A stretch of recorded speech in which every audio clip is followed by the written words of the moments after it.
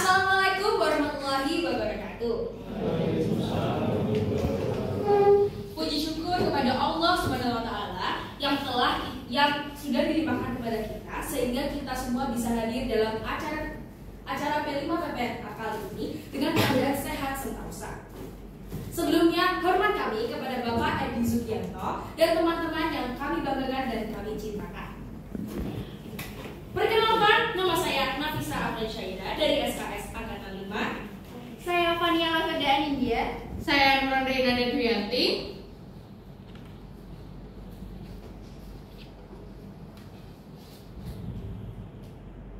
Salah sekarang slide-nya. Yang pertama, kami akan mendiskusikan latar belakang mengapa sih kita memilih produk ini. Gen Z atau generasi Zoomer adalah generasi kita. Generasi yang terkenal penggunaan media sosialnya seperti Instagram, TikTok, atau Facebook. Nah, mengapa sih kita memilih produk ini? Yang pertama, cookies adalah kue kering yang terkenal pada zaman ini, dan mochi adalah produk tradisional Jepang yang direpresentasikan dengan kenyal, lembut, dan manis.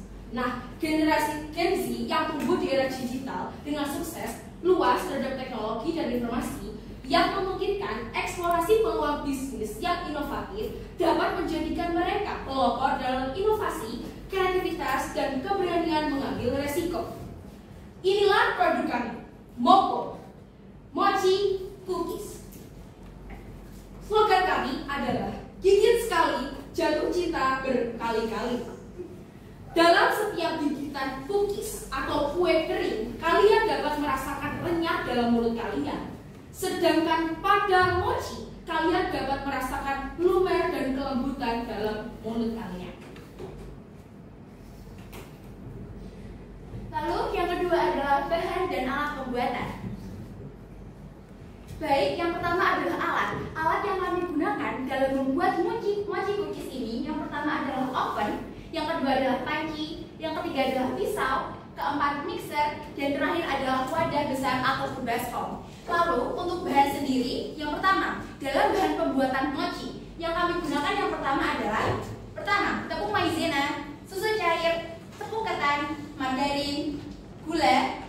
Lalu untuk pembuatan cookies sendiri kami menggunakan brown sugar, baking powder, soda kue, vanilla ekstrak, lalu ada margarin, gula, garam, dan juga telur.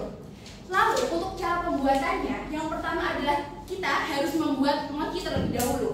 Yang pertama adalah campurkan semua bahan yang telah kalian siapkan tadi. Lalu kami aduk kami rata. Lalu kami tempatkan kepada wadah yang dimana wadah tersebut tahan terhadap panas. Nah, setelah kami pindah ke dalam wadah, kami berikan plastik wrap, lalu dimasukkan ke dalam kukusan.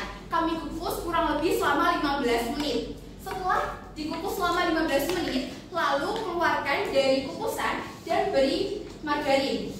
Nah, margarin di sini ditujukan untuk memberikan mochi agar lembut dan diaduk secara rata agar menjadi kalis. Lalu untuk pembuatan cookies sendiri, setelah semua bahan-bahan ini kalian siapkan, kalian harus membuat margarin ini menjadi cair terlebih dahulu. Campurkan semua bahan yang kalian butuhkan untuk membuat cookies. Lalu untuk gulanya tersendiri, telurnya sendiri harus dibuat secara pisah. Jadi bahan-bahannya itu harus dicampur rata terlebih dahulu. Setelah diratakan, baru dimasukkan telur. Nah, setelah itu kalian aduk secara rata dan kalian akan mendapatkan hasil tekstur cookies yang kalian inginkan. Matcha red bean sebesar 8.000, matcha cream cheese 10.000, coklat red bean 8.000, serta yang terakhir adalah coklat cream cheese sebesar 10.000. Baik, selanjutnya kami akan mengadakan sesi diskusi.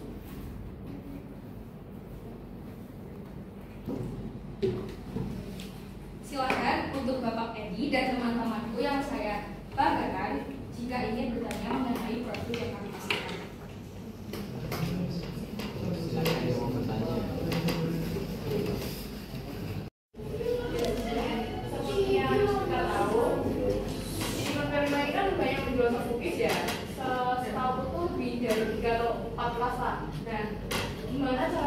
kalian atau strategi kalian biar produk kalian itu tidak tersaingi sama kelas-kelas lain?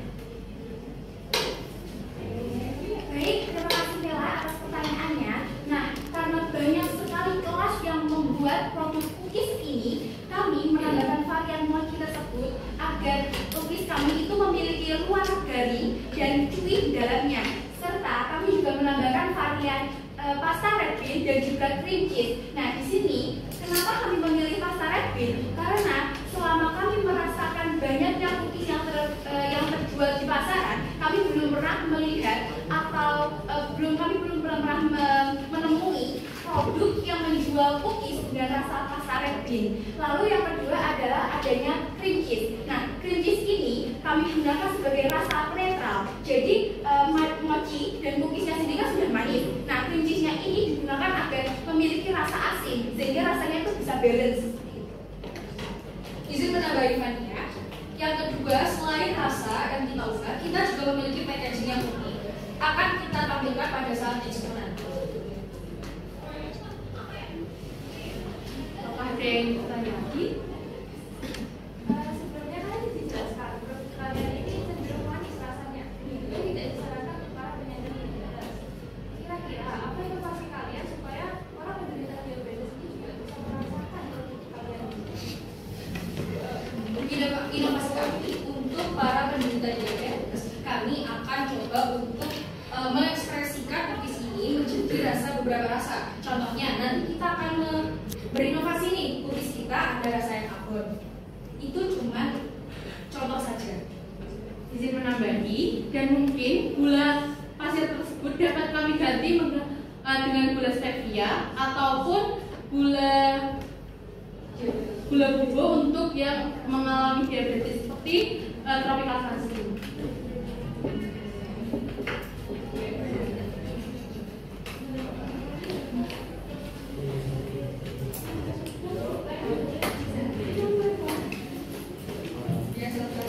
Kan dalam berwirausaha kan nggak mungkin kan langsung berhasil toh, mesti kan kayak ada prosesnya, ada gagalnya. Nah, kan ada beberapa risiko. Nah, salah satu risiko terbesar kalian itu apa, dan bagaimana cara mengatasi risiko tersebut?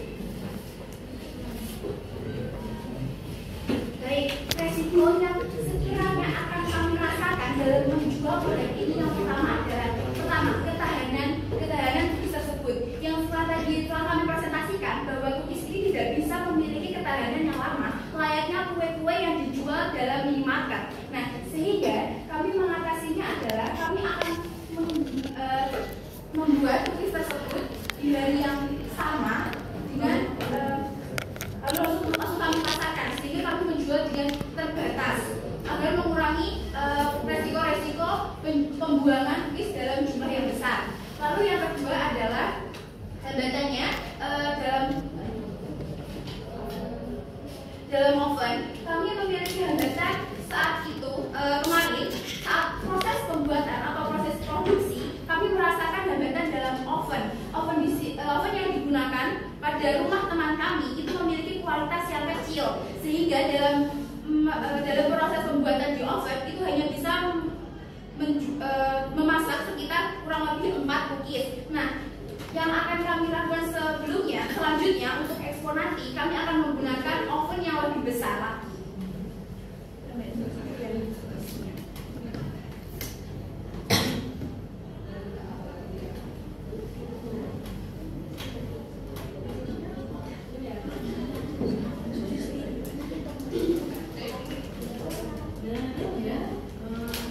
Apa strategi kalian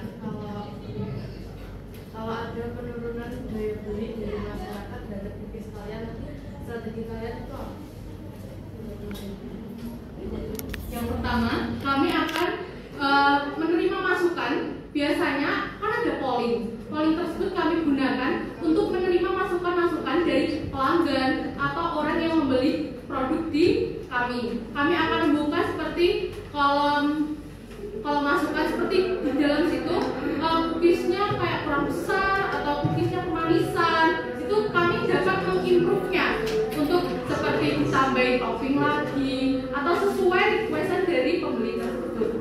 Dan sesuai kan kebanyakan orang nggak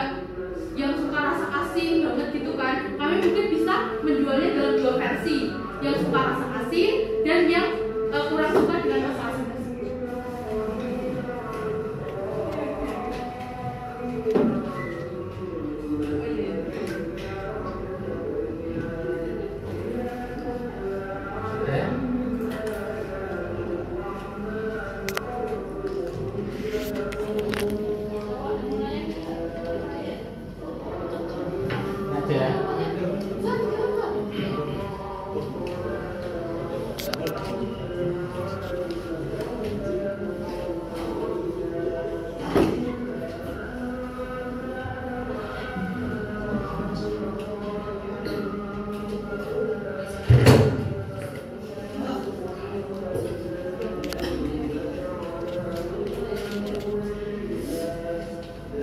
Apakah ada yang ingin bertanya kembali? Atau Pak Edi ingin bertanya? Mau tanya apa ya? Mas Andi. Atau apakah ada kalian memberitahu rasanya untuk bentuk produknya? Apakah ada yang ingin memberi masukan? Kita tidak menerima masukan saja, kita juga menerima kritik dan saran dari kalian agar produk kita tetap berinovasi, tidak ekspor.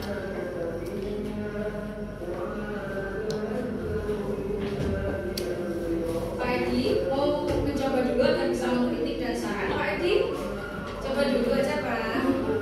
Coba bisa saja. Kritiknya juga sana. Mas Pak Edio urusan kulineran yo gak bisa mulai. Iya kan. Oke men. Ini coba aja nih men. Iya. Kasih melakukan unsur.